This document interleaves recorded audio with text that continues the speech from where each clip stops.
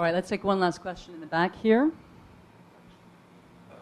Pat Corcoran, PhD student at Catholic. Tom is my instructor at the New School, so a lot of these graphs are familiar, which is nice because it was finally Must a be PowerPoint. something new. Yeah, it was a PowerPoint without bullet points. It was actually bar graphs, so it was fun to be a part of that experience. But my question is more about China. If they're able to achieve the bilateral sort of dealings with oil, how does that affect U.S. policy towards that? I mean, do we see appeasement here, or do we see a quick reaction among all the market states saying absolutely not? No, let me say, there was a time before when things turned around in Iraq, all right? When things were going really badly. If you follow, and that's not only China, you follow what the European Union was doing, people were getting really upset. It was the American prerogative to start this thing, and they're telling us we should use, I mean, I'm just sort of quoting one or two diplomats, and oh, we're going to go use windmills, and we're going to use that, and they've got the Canadian oil if anything goes wrong. You know, this kind of thing.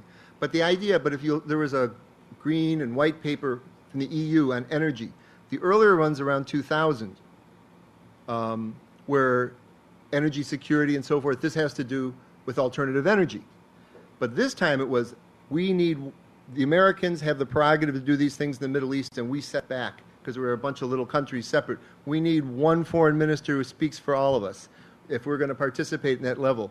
What if this doesn't work in Iraq, this oil system, the cooperative system, falls apart, and immediately there's a scramble for bilateral relations with all these countries. You go back to the old system. That's how they were writing. Now, it's a little histrionic, but that's how they were writing.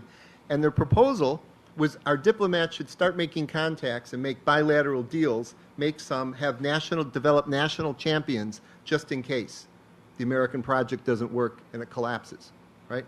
Now, I thought this all very interesting. So I remember going to talk to a Middle East expert, somebody from OPEC. What do you think? He says, you mean when it all falls apart and the price goes through the roof, then we're going to make special bilateral deals we stuck with? That's the whole idea why we formed OPEC, that we can go to the market when things go to hell and get what we deserve. So, I mean, but it was interesting that that's the way even the Europeans were thinking. So if something went wrong in the international system, Middle East, or in a war with Iran, if something goes wrong, everybody doesn't trust the system. You think, what are people going to do for oil if that goes away? And another system could develop, but it took a long time to develop this structure after nationalization. There was 10 years of North-South struggle that eventually led to this kind of settling down to this thing. If there are more questions, I gather Dr. O'Donnell is willing to stay around a little bit afterwards. So thank you all so much for joining us, and thank you for a wonderful presentation.